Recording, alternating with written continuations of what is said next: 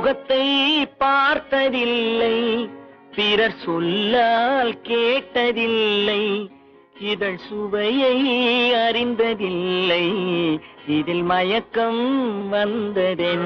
முகத்தை பார்த்ததில்லை, பிறர் சொல்லால் கேட்டதில்லை, இதழ் சுவையை அறிந்ததில்லை, இதில் மயக்கம் வந்ததென்ன.